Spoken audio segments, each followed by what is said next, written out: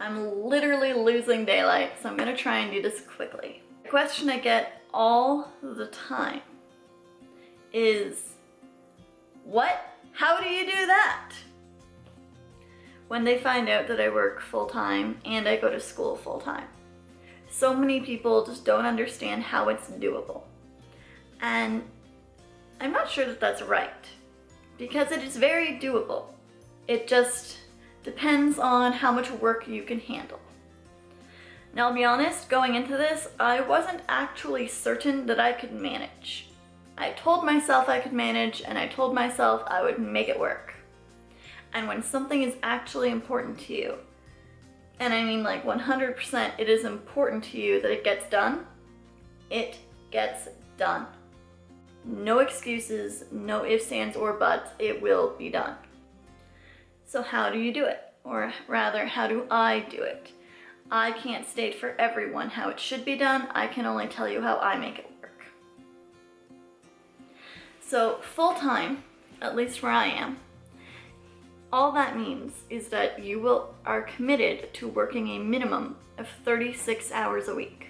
A lot of places will ask you to work 40 when you are full-time, but my job specifically only requires a 36, and I think to the letter of the law, that's all that's required in this province as well.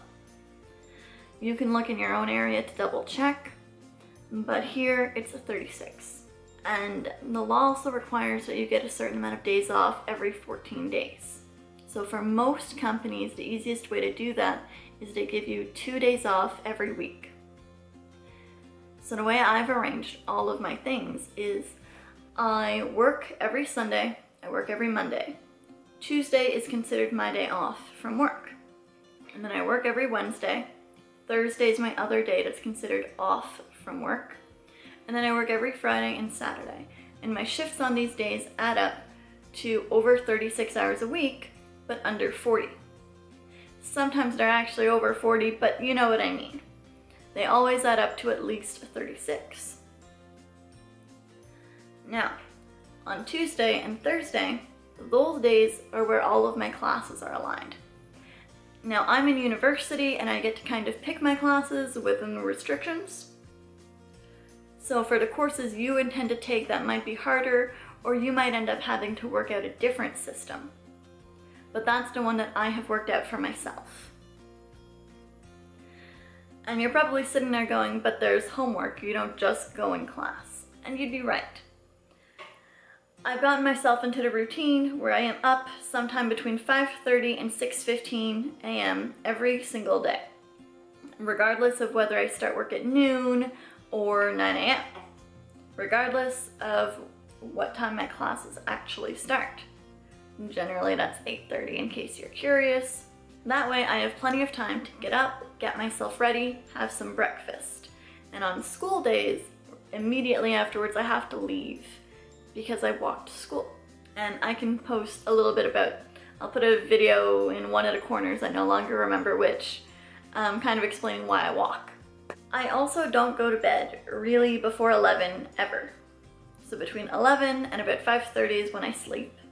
And maybe you need to work out a slightly different system because your body just simply requires more sleep, and that's fine. The idea here is that no one said it was going to be easy, but something being difficult doesn't mean it can't be done. I forego going out with my friends most evenings in favor of doing my schoolwork, because it's important to me that I manage to balance both. Will that be harder if down the road I need more courses? Yes, it would be a lot harder. At the moment, I'm only taking 4 courses. Now that is a full-time student, and most people I know only take 4 courses at a time, but it is possible to take 5 or even 6. Depending on what kind of course you're taking and what kind of work you do, you could easily up the ante in one section. But you need to have a balance, and you need to also include time for you to sleep, a little bit of alone time if you need it, and some social time as well. Now, how much alone time you need versus how much social time you need, that depends on you and your personality, and I'm not going to tell you what to do there. For me personally, I do require some social time, but I am much more of an introvert.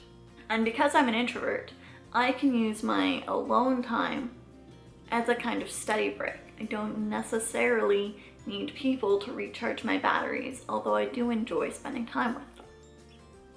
So a typical evening for me when I'm doing homework and I'm not at work is I try and do an hour of schoolwork, and then I give myself a 15 minutes to do whatever I like, or go throw in my laundry or do my dishes, whatever kind of household chore might need done.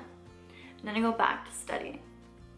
And always, always, always have a plan.